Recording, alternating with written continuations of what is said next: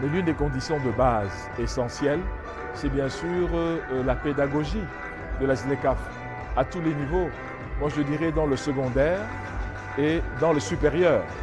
Il faudrait que les jeunes s'accaparent cet enseignement et s'approprient ce que c'est que la SLECAF pour ensuite en devenir des acteurs primordiaux.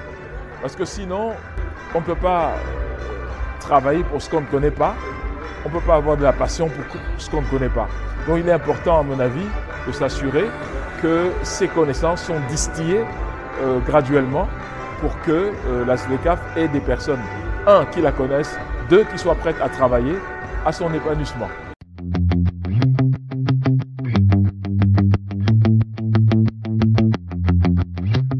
D'abord, il importe au niveau du secondaire de décrire simplement ce que c'est et l'importance que ça a pour chacun. Maintenant, au niveau de l'université, on pourrait aller plus dans le détail. Son historique, son fondement juridique, culturel, technologique et finalement son fondement, je dirais, sur la place de l'Afrique dans le monde aujourd'hui.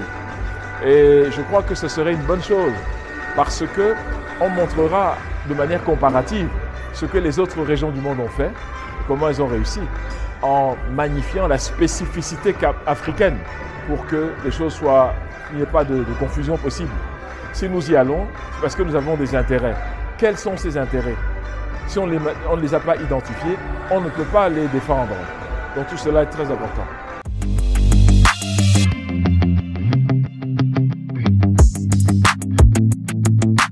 Non, ce serait illusoire que de dire cela. C'est impossible de ne pas avoir de tension. Quand vous avez des êtres humains qui interagissent, qui s'interconnectent, c'est normal qu'il y ait des tensions, comme c'est tout à fait normal qu'il y ait des coopérations. Donc je pense qu'il ne faut pas être idyllique non plus. Ce n'est pas un monde angélique où il n'y a pas de problème. Mais il faut prioriser, à mon sens, ce qui nous unit et expliquer pourquoi nous avons tout intérêt à travailler ensemble, parce que chacun des acteurs en bénéficie. C'est ça la réalité. Et l'Afrique a tout. Nous possédons toutes les richesses qu'on peut imaginer dans ce monde. Mais nous ne les mettons pas en œuvre parce que d'abord il y a l'ignorance de leur résistance et deuxièmement il y a le manque de savoir les mettre en exergue.